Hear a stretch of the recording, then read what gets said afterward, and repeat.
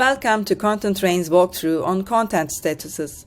On Contentrain, there are different statuses that can be assigned to your content. The first one is the publish. Your content is tagged under this status when it's published. The second one is the draft status. When you click Save and Close without publishing your content, it remains as a draft for you to edit or publish later. You can publish a content with the draft status by selecting it and clicking the Publish button here.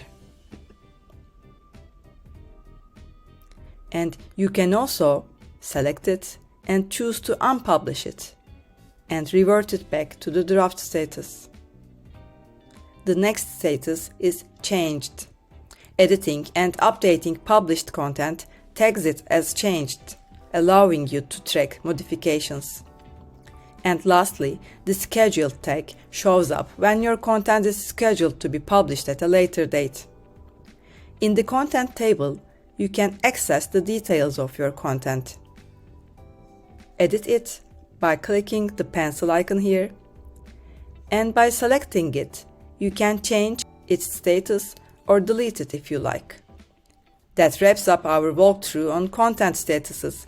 Stay tuned for more tips on using Contentrain effectively.